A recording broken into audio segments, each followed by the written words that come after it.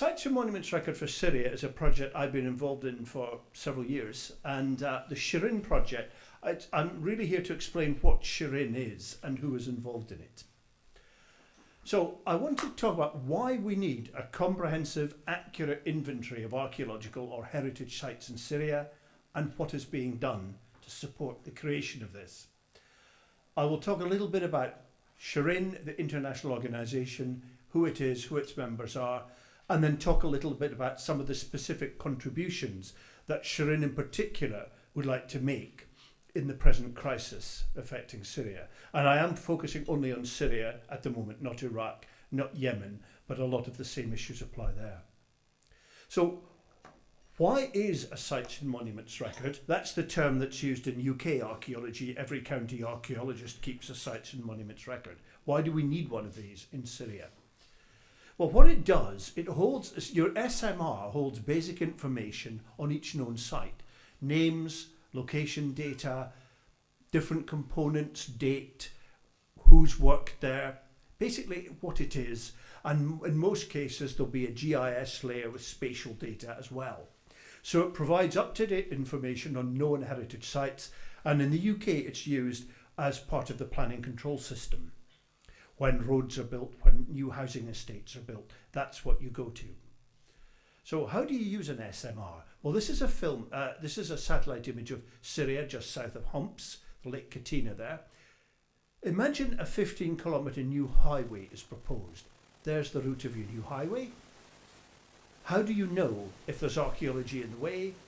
You go to the Sites and Monuments Record, and that... Has the microphone gone off?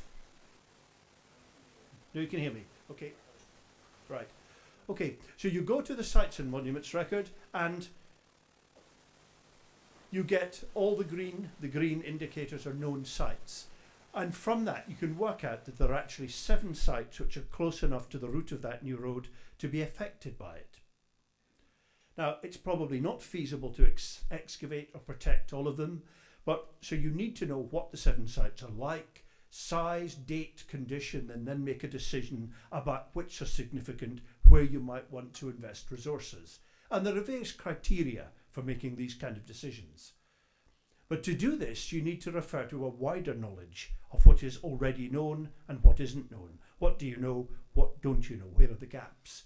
So in this case, you would have 7 sites, and all I've done here is given the nature of the site, whether it's a mounded tell or a flat site, whether there's standing stone-built architecture, and the date.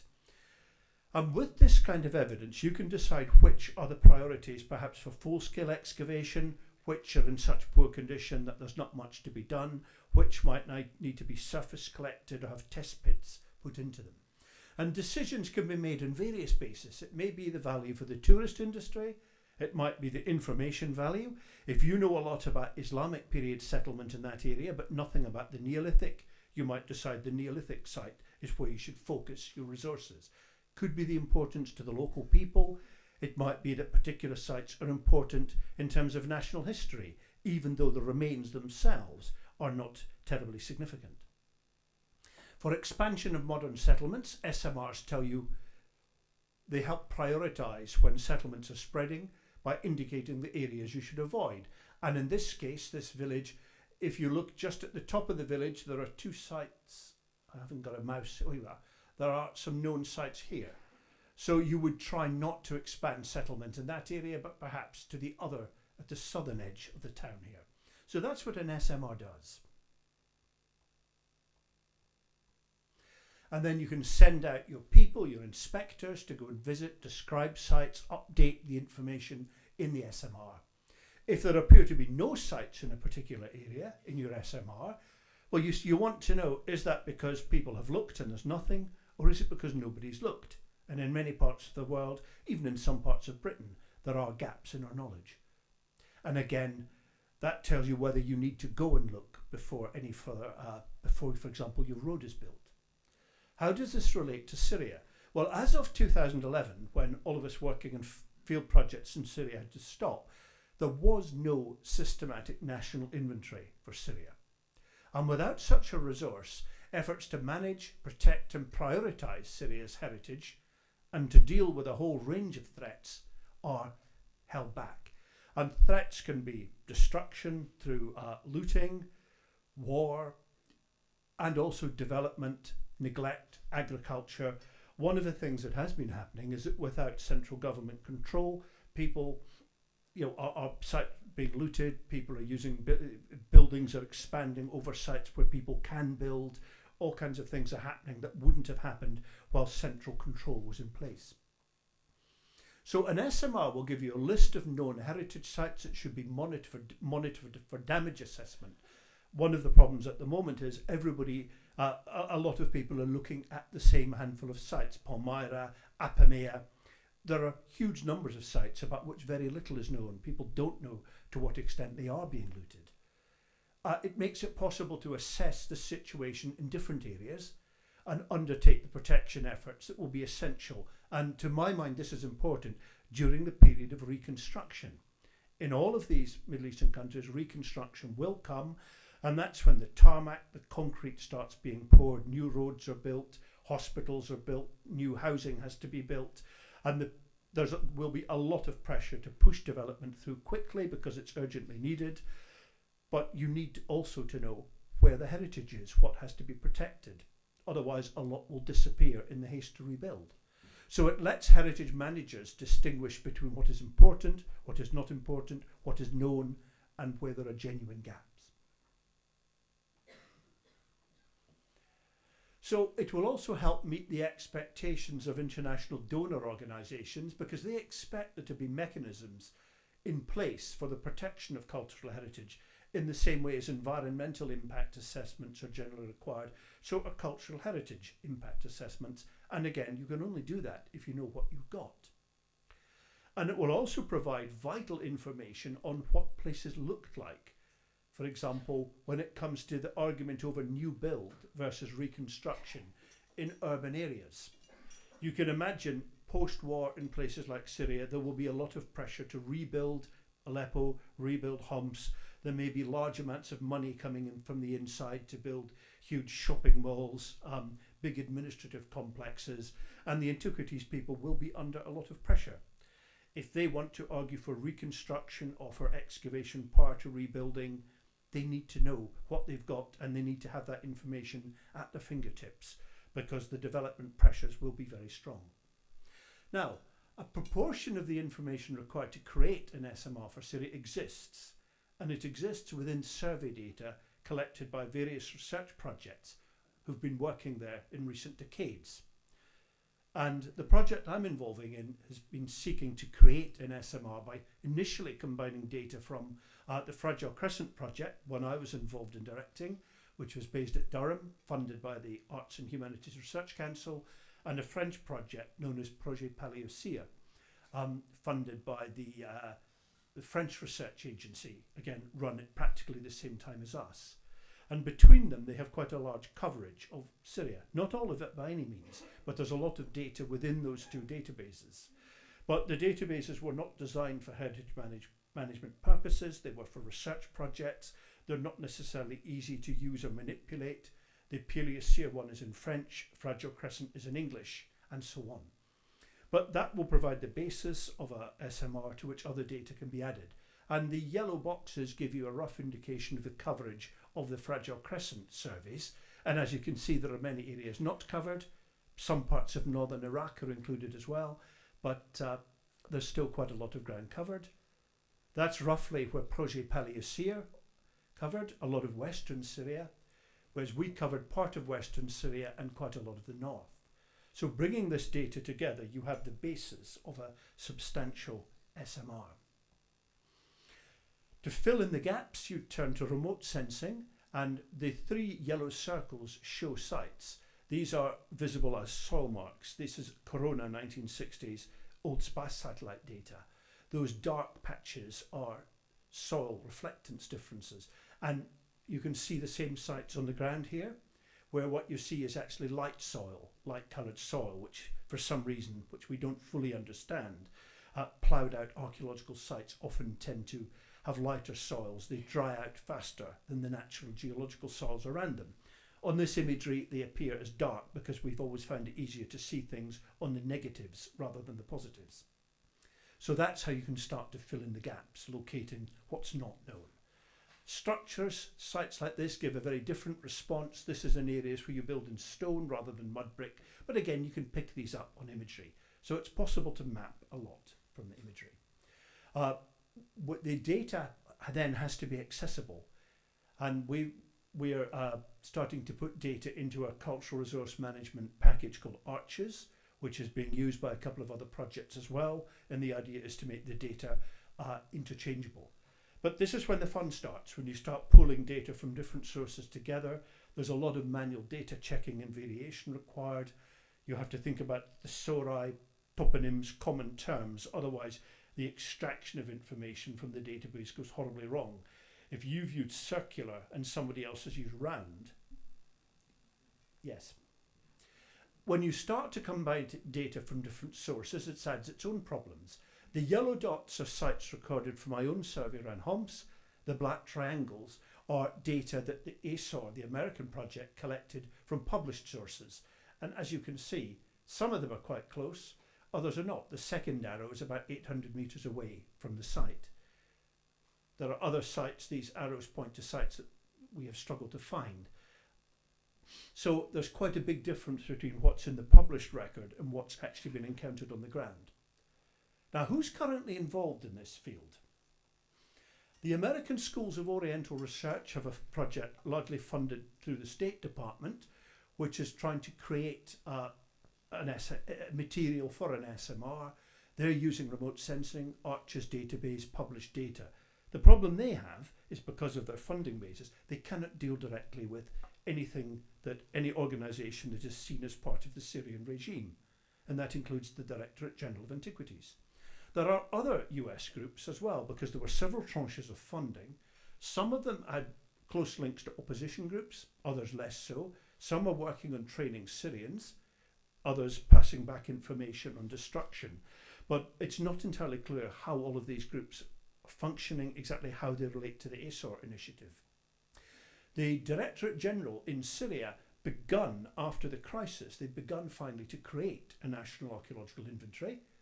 They've used an Oracle database, so it's not web accessible. And initially it was in Arabic only, though I think they're in the process of trying to make it English Arabic. But originally it was designed to be used only in Damascus from the DJAM offices. And the risk is pretty clear if that particular building is hit. So they now have it backed up on the cloud somewhere. And this draws on the DJAM's records, the paper records and the CDs and information they've been given. UNESCO have a Syria programme. They're trying to bring on board groups who can create tools for the protection of heritage or provide training. But UNESCO have a limited budget. The difficulty with UNESCO is they then go back to the people and say, well, this is great, can you do it? Then you go back to UNESCO and say, yes, it will cost you this much. And UNESCO say, ah. The German Archaeological Institute in Berlin do have money, one of the few groups that does, and they're currently providing training and support for the DJAM project, but it's not entirely clear how that relates to what other groups are doing.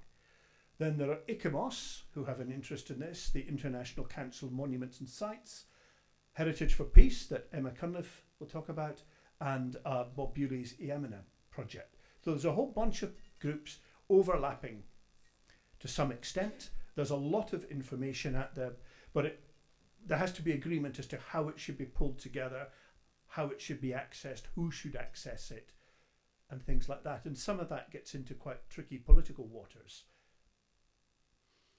Shirin. Who are Shirin? It's called Syrian Heritage in Danger, an international research initiative and network, shortened to Shirin. What is it? What's it trying to do? And who is involved? Well, it was created in 2014 as an initiative from the research community working in archaeology, art, history of the ancient Near East. And it brings together many of the research teams that had worked in Syria prior to 2011. And its particular aim is to make their specialist expertise available to wider heritage protection projects. One of the things that I have found, not exactly depressing, but I suppose, to be honest, and it's not just me that's commented on this, that a lot of the heritage projects being proposed have relatively few people involved with them that have any real experience of working in Syria. I've been asked to review grant applications for things like EU funding schemes, and I've seen project applications coming in where there's hardly anyone who's got any experience of Syria. For some, it's become a bandwagon. So Shirin is interested in bringing the expertise of people who, some of whom have had 30 years of experience in Syria, and bringing that specialist knowledge to feed into other initiatives. So it represents the major research institutions in Europe, North America, Oceania, and East and West Asia. And its aim is to support government bodies and NGOs in their efforts by bringing the knowledge of the Shirin people to bear. And its intention is to respond, and this line is from their website, to the needs of Syrian colleagues and authorities, regardless of their political, religious or ethnic affiliation. And various current projects are one way or another hamstrung because of politics. So the purpose of Shirin is to bring the expertise of its members, basically the working archaeologists, people with the knowledge of Syria, to heritage protection. And there's a website down, the URL is down at the bottom here. So its key priorities are providing archaeological experience, expertise, knowledge of ancient architecture, standing buildings, and this can be used to evaluate the provenience of illicitly excavated or purchased artefacts, to producing damage assessments to sites, because the Shirin people know these sites, they often know particular landscapes very closely, very intimately, and creating a database of sites and artefacts. So Shirin has created a damage form for use in assessing damage to sites, buildings, even excavation houses where materials are stored. And the forms are completed with the aid of recent satellite imagery, generally by project directors who actually know the sites that they're looking at, rather than people that don't know very much about them. And so far, I think about 130 sites have been processed. This does rely on access to high resolution imagery, and you might think it's easy, but it's not. High resolution imagery is expensive. Some of the bodies that have access to it have not been particularly keen to make it widely available for one reason or another, but currently they're negotiating access to imagery through that's being made available to ASOR. Another of the projects is to try and create a general inventory of artefacts in the museums of Syria. This is really in response to the threat of looting and destruction at the museums. And if the material was properly catalogued with photographic records, it would make it much easier to identify stuff when it comes on the art market. So the idea is, and this is a long-term project, is to produce a database of the inventories of all of the museums in Syria, working closely with the Directorate General, UNESCO and other relevant bodies, and also the excavators of the directors of major excavations. The directors of excavations generally kept photographic records at the end of every season, so they know what was handed into the museums, and those photographic records should be able to feed into this database. The main source for the database will be the official registers of the museums provided by the DGAM. The truth is, at the moment, a lot of the registers are paper, the big paper volumes with contact prints stuck in. It will be annotated and boosted by material supplied by the by excavation directors, and the final product is to have an illustrated list with standard information for items which could be made accessible through the internet, which would theoretically make it much easier to check and identify material as it comes on the market. But this project is a big project, a long-term project, and it's currently in its initial stages. And then the third Shirin element is the Sites and Monuments Record that I've spoken about. So who is it? There's an executive board. Frank Bremer is the president, and from the CNRS in Nice. Andrew Jemison from Melbourne, secretary. The vice president, Hartmut Kuhne from Berlin, and I'm treasurer, which I found out quite recently, rather to my surprise. But I won't be retiring on the proceeds, I can tell you that. And the next meeting is April of the executive is April of next year at a congress in Vienna. And these are the, as it were, the guilty men and women. So it does draw very widely with members from across Europe, from Syria, from places like Australia, North America, and the group is also setting up local Shirin committees. Several now exist, One is being formed in the US with Gil Stein from Chicago as the chair, and we're now seeking to create one in UK. And I'll be talking about this at the British Association of Nearest and Archaeology's meeting in, of all places, Lampeter in January. Yes. But the UK has had quite a substantial involvement in Syrian archaeology and will have detailed records for sites like Tel Brak, Nebi Mend, Jarablus, Andarin, Chaga Bazar, and so on. So again, we have a considerable amount of expertise, and there are a number of regional survey projects that were carried out by British teams.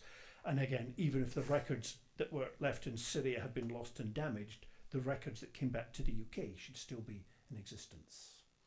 And this is a diagram that explains the Shirin framework. I'm not entirely sure I understand it either, but if you've got 10 or 15 minutes, go on the web, and if you work it out, do tell me. And if you can tell me where I fit, even better. Yes, right. Okay. But if you are interested, have a look at the website, and we will be doing something in January about announcing the setting up of a UK arm of Shirin to try and capitalise on the expertise and knowledge that we have and make that available to all those trying to protect heritage. Thank you.